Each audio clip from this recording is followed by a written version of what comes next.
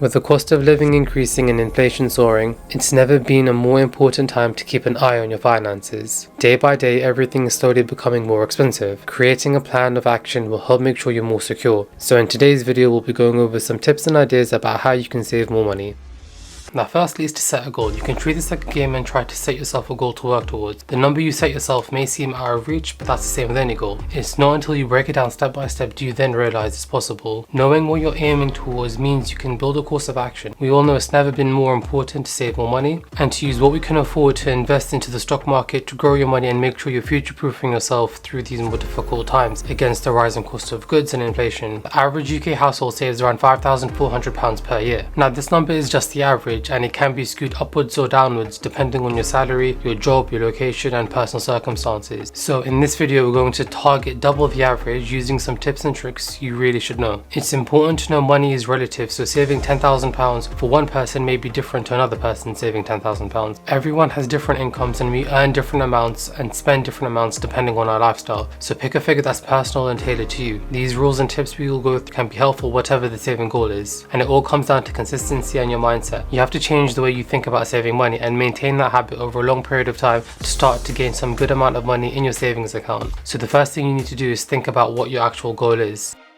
There are a few different ways this can be done. It can either be done manually or by automating it. You can create a spreadsheet where you manually track the money coming in and the money coming out and where you spend your cash. The alternative is that you can use an app where you can categorize your spending and track where your money is going. Banks like Monzo are good for this because it color codes where you've spent your money and puts it into different categories so you can get an idea as to where the most of your money is being spent. It can also help you identify certain trends or habits you may have. You have cool features like money pots where you can budget your money and allocate yourself a budget for certain areas of your life. I'm sure there's lots of providers out there that can help track your money, so it's not just Monzo. So this will mean you'll have a really good idea of when the money comes in and where and what those biggest categories that you're spending your money on. You can look at where you can start to cut down and save at the end of the month. Now this data is really powerful. It's only when I started looking at it with my own money did I really get a bird's eye view of my spending trends and habits. So just my overall financial health and well-being. It also allowed me to identify areas where I could improve, all because I started tracking it and proactively keeping an eye on it. For example, it could be eating out instead of cooking at home. Once you're able to see how much you're spending and what you could potentially save, it does kind of help with the mindset shift because you've identified an area of life where you can improve. In my case, that means I could save an extra few £100s per month just by cutting those costs out, and it'll help me save more, all because I was able to spot that by tracking my money. You can also take this a step further and see the month-to-month trends you may have. Looking at your expenditure month-to-month can be helpful because during the summer months you may notice you're spending more money by eating out or spending more time outside with friends and family,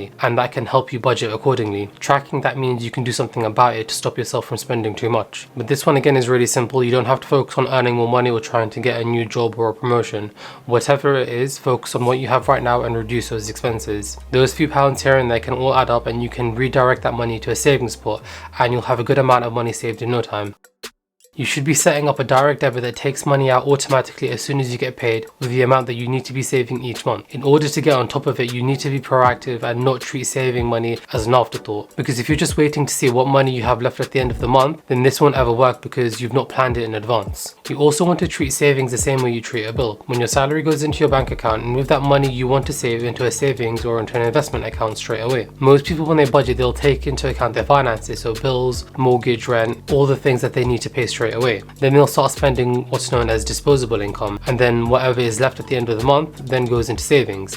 The danger with this is that you can overspend, which means you have less money into savings. Whereas if you treat the savings like you know the bill and it goes out straight away, whatever you're left with is a defined budget for the rest of the month, because then you won't be as tempted to go into your savings account to take money back out to then pay for a meal or something. It'll help you keep track of spending so you'll know that you've overspent for this month and you don't have any more allocated money until the next payday. And so by that way you're paying all the bills and all the necessity costs and you're saving a lot of the money, and then you won't feel guilty by going all the way down to zero because you've done everything else that you need to do first before spending your disposable income.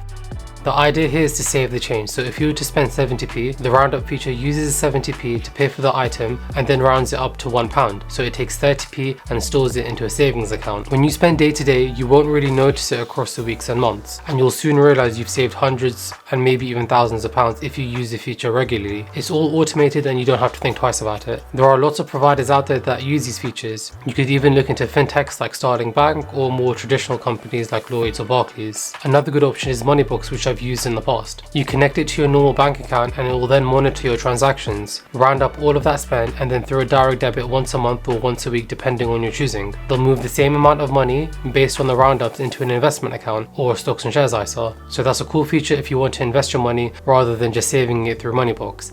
And if you do think about investing the money, then at least that money can grow so you can save hundreds if not thousands of pounds per year. And this brings me on to my next point, which is stop comparing yourself to others. It's very easy to look around and see someone else buy something expensive and then think you need to have the same thing. Often this is a big mistake people make to buy things which might be a little bit too expensive to impress people or for it to be used as a social status. It's the idea of trying to keep up with the people around us and buying the latest things with money we have or if we don't have, if it's all on finance. And that can be dangerous and lead to a bad habit. There's lots of companies out there encouraging the idea of buy now, pay later. In some circumstances, I'm sure this is helpful, but you need to be using it for the right reasons. Naturally, as you earn more money, you'll then start to spend more money, but you should try to make it so that your outgoings don't increase at the same rate. You'll realize at the end of the month, it doesn't matter how much you earn and how many pay increases you get, you still have no money left at the end of the month if your outgoings and spending habits increase. Data online shows that in the UK, earners over £100,000 live paycheck to paycheck. It shows that even if you have massive earning potential, you need to have financial sense and awareness because the data is showing that many aren't saving like they should be saving or making the correct investments so they aren't relying on just one source of income, because if you lost your job for any reason, things would be extremely difficult. My point behind this is that if you get a pay rise or a new job or increase your income, make sure you're very aware of that and put that extra money into a savings account straight away every single month rather than spending that extra money. And it's also great because rather than focus on trying to increase your income, this is really easy because you can look at your existing income and your existing spending and cut some of those costs down, helping you to save more. So all those tips were just a few ways you can save more money. The key thing is just to have a good grip by looking at your finances right now. Try to cut out any unnecessary costs, which will almost guarantee you start saving more money. Once you've started to save more money and you've reached your saving goal, this acts as a protective layer for you to start investing your money and getting your money to work for you by investing in the stock market and index funds in a tax efficient ISA where you can make tax-free gains. If you would like to learn more about investing and how to make the most out of your money, you might like to check out this video over here. Thanks for watching.